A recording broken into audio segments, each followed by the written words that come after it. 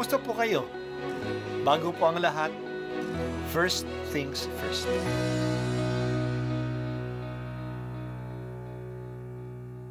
Good morning po. Sinisimulan po natin ngayon ang first things first. At dito po, tinatalakay natin sa unang bahagi ng umaga natin ay ang first readings na binabasa po sa banal na misa.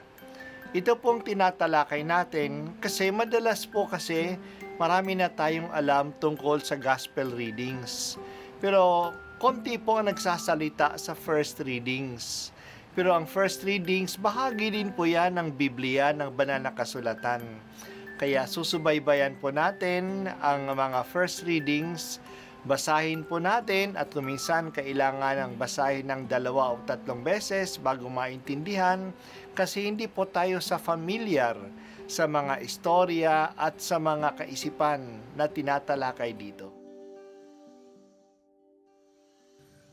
Ang pagbasa mula sa aklat ng Deuteronomio.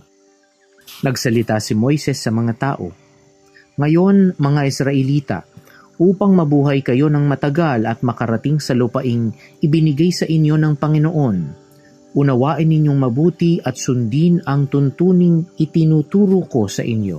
Ngayon nga'y ituturo ko sa inyo ang mga tuntuning ito upang sundin. Unawain ninyo ito at sunding mabuti. Sa gayon, makikita ng ibang bansa ang inyong karunungan at lawak ng pangunawa.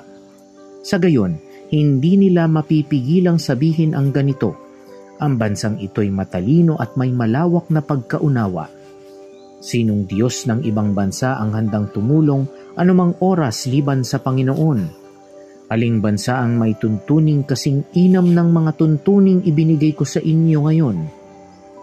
Ngunit kaiingat kayo, ang mga bagay na inyong nasaksihan ay huwag ninyong kalilimutan o ipagwawalang bahala habang kayo'y nabubuhay.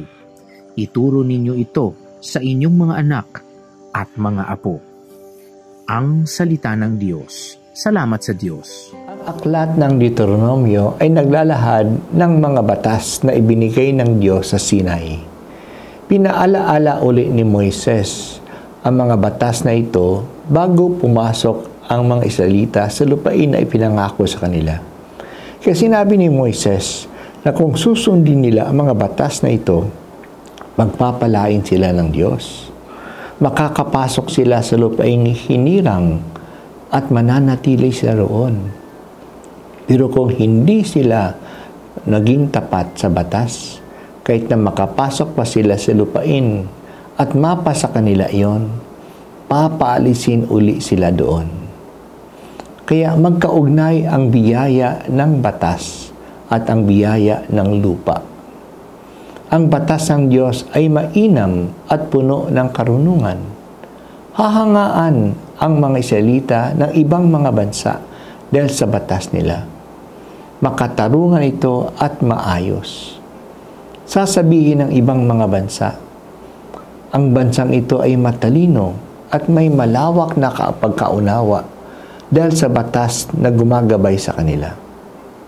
Ang batas din ang nagpapakita na iba ang pakikitungo ng Diyos sa kanila. Ganoon sila kalapit sa Diyos na binigyan sila ng ganitong batas.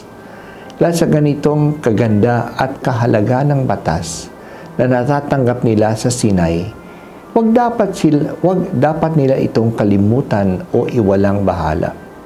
Ito ang magdadala sa kanila ng kaayusan sa buhay at ng kaunlaran. Ituro din nila ito sa kanilang mga anak at mga apo.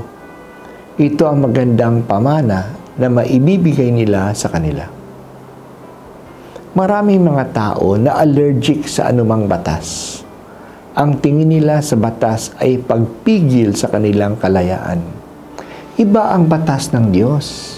Hindi ito pumipigil sa ating kalayaan at sa ating pagkatao. Tunay na malaya tayo kapag tayo sumusunod sa batas ng Diyos. Kasi ang kalayaan ay hindi ibinigay sa atin upang gawin ang anumang gusto natin, kundi upang gawin ng bukal sa loob ang nararapat at mabuti. Ang batas ng Diyos ay nagbibigay sa atin ng daan sa mga bagay na nararapat at mabuti.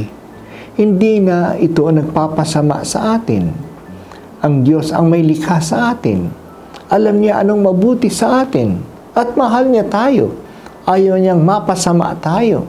Kaya binibigyan niya tayo ng alituntunin para sa ikabubuti natin. Ito ay nasa banal na kasulatan. Ang batas ng lumang tipan ay mas pinabuti at pinaliwanag pa ng batas ng bagong tipan. Hindi binaliwala ng bagong tipan ang lumang tipan. Mas lalo pa itong pinalalim at pinaganda. Kaya ipasalamat natin na binigyan tayo ng batas ng Diyos. Ipasalamat at isabuhay natin ito. Purihin natin ang Diyos na binigyan tayo ng mga lituntunin para hindi na nating hulaan pa kung ano ang dapat nating gawin. Ibinigay na niya ito sa atin. Purihin ang ating Diyos at talagang nagmamalasakit siya sa atin.